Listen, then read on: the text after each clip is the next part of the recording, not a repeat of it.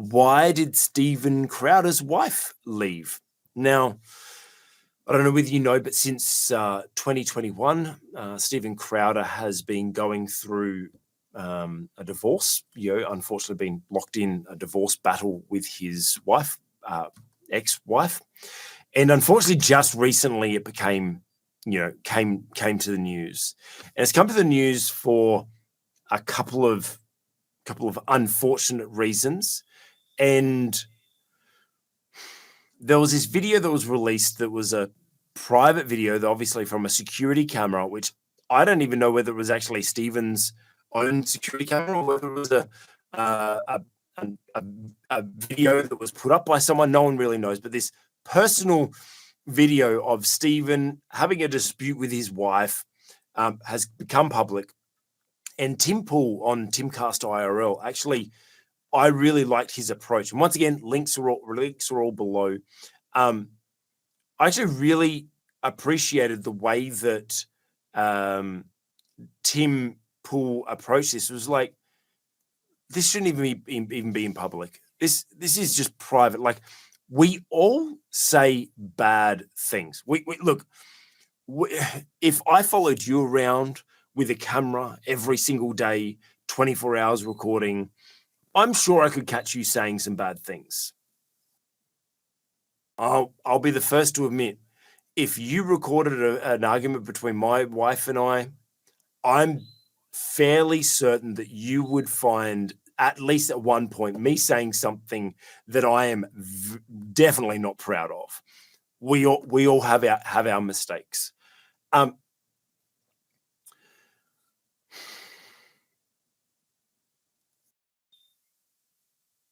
What's your take, Dr. Rod, on this video becoming public and now this being a representation of him in the public?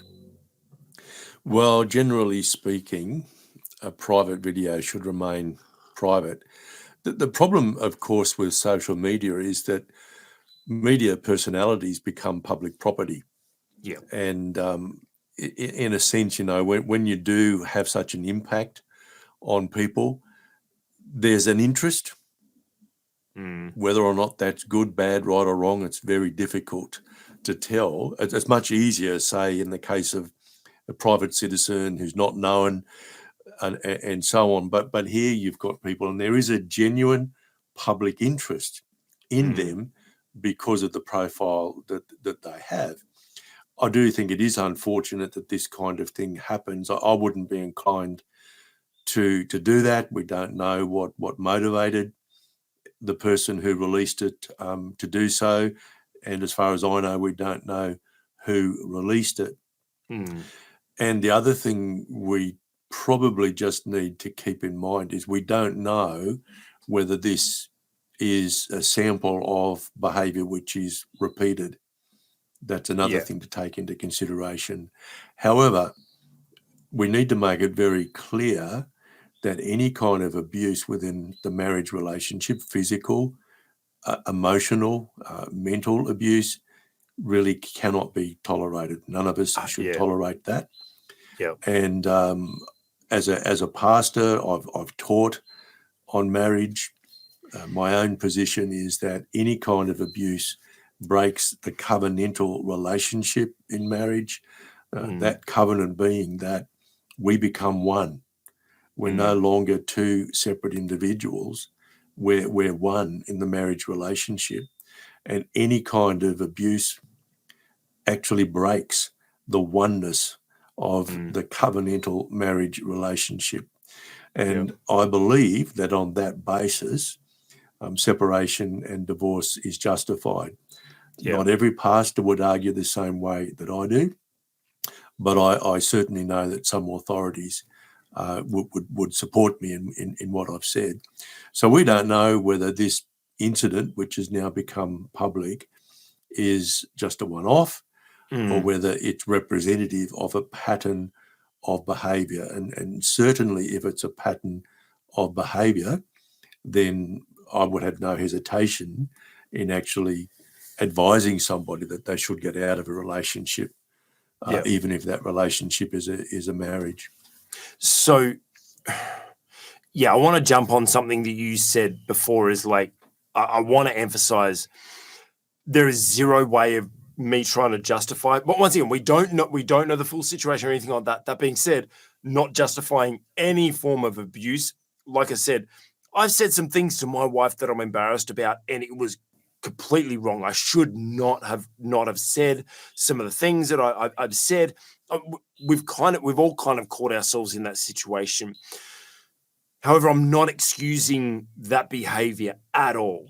At no point should there be any form of abuse, and we shouldn't accept any form of abuse. Let's talk about this. You say if it's a pattern of behavior, because I mean, look, if it's a once-off thing, like we don't know what led up. We don't know what the weeks and months led up to that. We don't know what she had been saying or doing to him in the months and days leading up to that, or whatever. Like we see that snippet, and maybe that was just him snapping. Maybe. Once again, we don't know. Craig, we need to be very clear that even if there is a level of provocation, that isn't an excuse. And in 100%. most legal jurisdictions, it isn't an excuse either. And I think before the Lord, it's not an excuse. Yeah, 100%. What I'm saying is we shouldn't judge. That's what I'm saying. But you're absolutely right. I want us to use this as none of these examples that we're using are for us to judge these people. It's for us to look on ourselves, reflect on ourselves. Do we find ourselves in those situations? But yes, 100% agree. It is not acceptable. Talk about a pattern of behavior, though. Well, there was another video that was released by, well, I don't know who actually released it, but there was a video recorded by Brian Callen, who was someone who replaced Dave Landau from our last story. And he was just recording a video just before they were about to go live in studio. And he was, publicly going, look, hey, we're about to go live. Make sure you check us out. And then Stephen came out and spoke to Brian Callen pretty much the same way he was speaking to his wife. Now, once again, we don't know the situation. He's going through a divorce. He's going through a lot of pressure, everything like that. No excuse for abusing people, none whatsoever. But remember, we need to be empathetic in our judgment, empathetic. But there is this pattern of behavior. Now, let's first talk about the follower, right? Because I've been in that situation many times where I see the signs of what Stephen's doing, and while I can't judge his situation, I have experienced that from other great leaders. I've experienced those same controlling, narcissistic tendency, kind of abusive, emotionally abusive and controlling situations. What should we do? And unfortunately, I hear it way too often, especially I hear about this story too often in ministry, people experiencing this in ministry. Dr. Rod, how would you advise someone who is sitting under that kind of leadership? It's going to depend very much on the circumstances and the individual involved.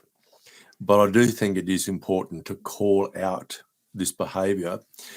One way of doing it is to couch it in terms of the desired culture in an organization or in an office. And so you could raise it in a way, something like this, that, look, do we really want this as our culture? Do we want a culture where people think it's okay to fly off the handle and abuse other people verbally or even on occasion physically?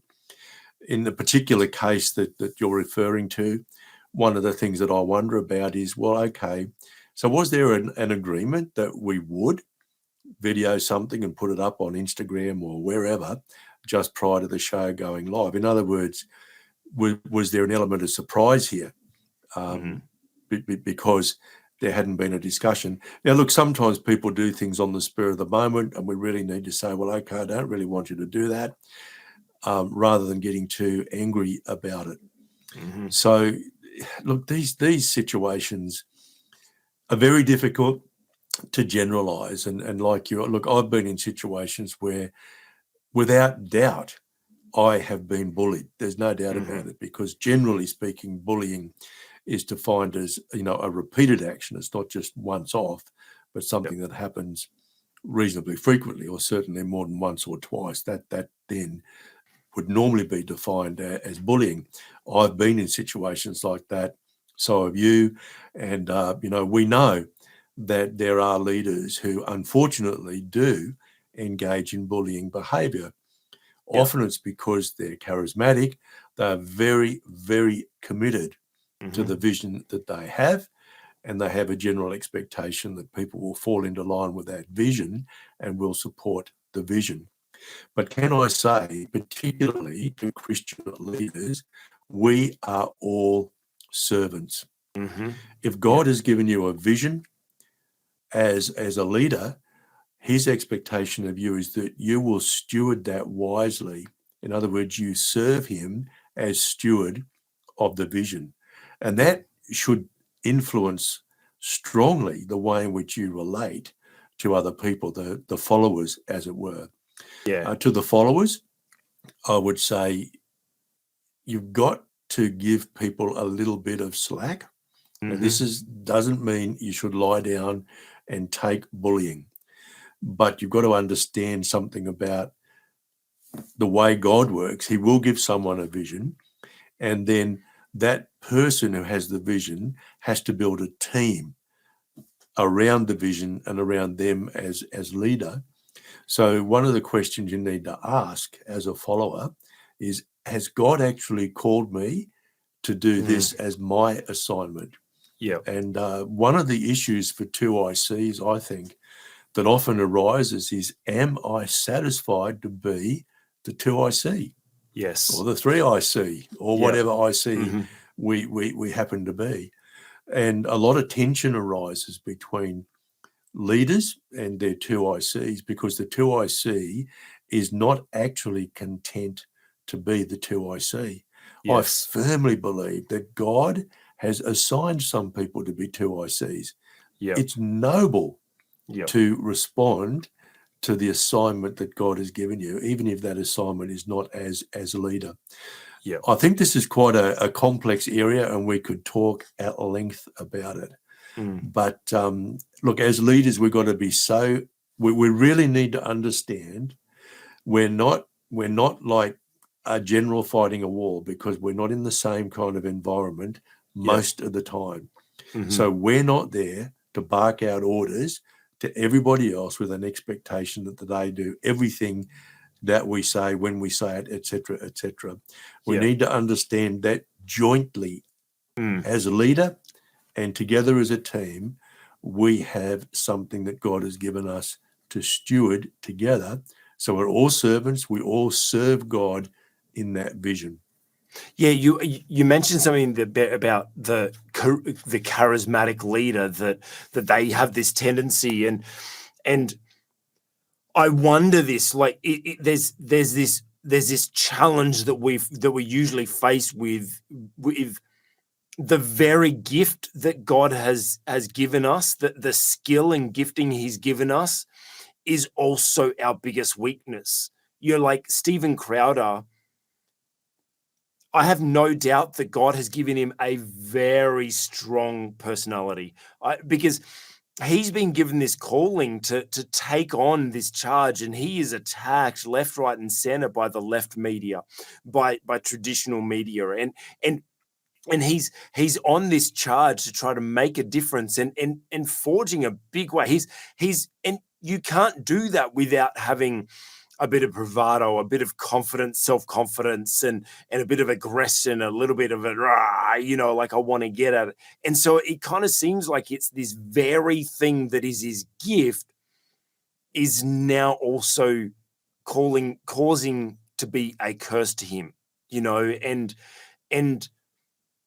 I'm sure if we can, and once again, I want us to be reflective. This is not judging Stephen at all. I want us to be reflective on ourselves, because I look at myself all the time, and I know there's gifts that God's given me, that are, like, for example, one of my gifts is that God's made me futurist, right? Like I'm always thinking about the future, always driving, always thinking about big grand pictures, always driving towards the future. That's awesome. It's a gift because it's able to push through tough times because I'm always looking and hopeful for the future.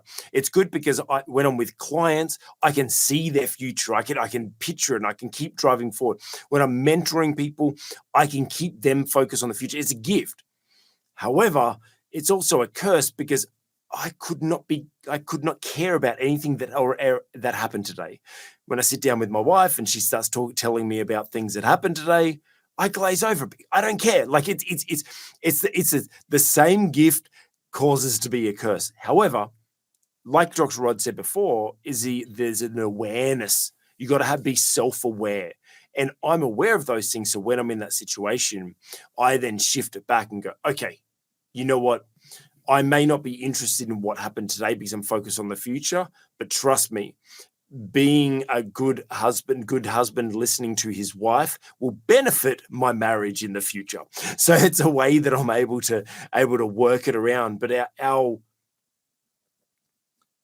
usually our biggest strength is also our biggest weakness. And we see that a lot in leaders that we see have big moral failings or big unfortunate failings or whatever. So I suppose that'd be my challenge to you as a leader is don't justify the bad because of the good. Oh, I don't care and I treat them, but because I'm chasing this thing, like it's okay. It's not. What we need to do is we need to continually grow as leaders and go, okay, this is my strength, but I also know that this can be a curse at sometimes and it can be hurting some people.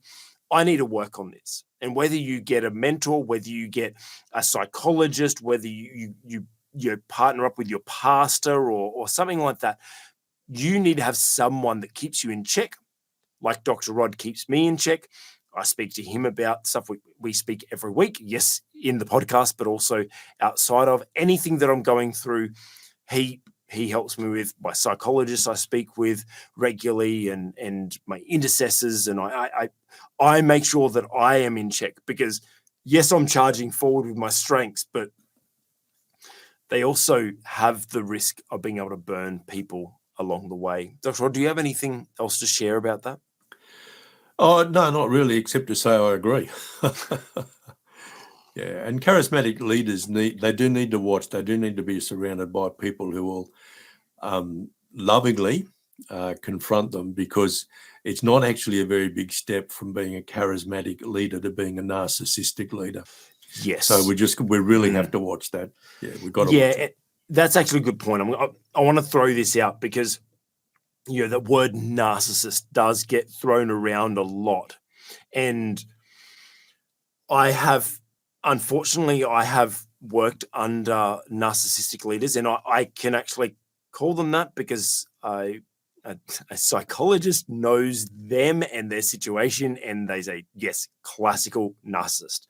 And so I have sat under that.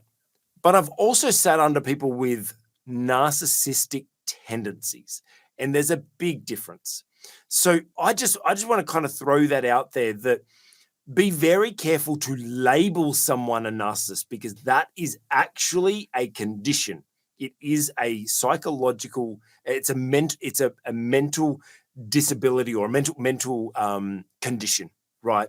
And so don't just be throwing and labeling anyone a narcissist. There's a lot of people out there, a lot of leaders that have narcissistic tendencies. And actually, let me finish on this point. Actually, I'm going to put a link below in the, I haven't put it, but by the time I put these out, I'll put the link below. Yash, if you can remind me also. When I was dealing with narcissistic leaders, I had my psychologist that was helping me through that situation, but also she referred me to a couple of YouTube channels that actually really helped me understand narcissism, because it's not exactly what you think it is. And I would encourage you, if you are sitting under a narcissistic leader, it's tough. I feel sorry for you. You may be stuck there. It's not always easy just to leave, especially from a narcissistic leader, because they consume you and they control you, and it may be very difficult for you to leave, whether just financially or emotionally, it might be difficult. But the best thing you can do is understand narcissism. And actually, I'd encourage anyone, if you're a leader wanting to be a leader, you should study it so that you can avoid the pitfalls of even just having narcissistic tendencies, because it is very easy to get caught up into narcissistic tendencies. I do from time to time, and I'll catch myself. I catch myself because I've studied it and I understand what narcissism is, and I'm like, that's that red flag. And so research, study, educate yourself, and I'll link some videos below as well. So let's move on from, we spent most of our time talking about poor Steven Crowder. Poor Steven Crowder. I'm going to get ripped in the comments for that. Steven Crowder has copped it from all different angles. We just pray. We pray that his family, his wife, they can find an amicable situation. We pray that his staff and everything, we pray that he gets a revelation that all this stuff is just a temporary or whatever, like that. I just pray for protection and for some wisdom.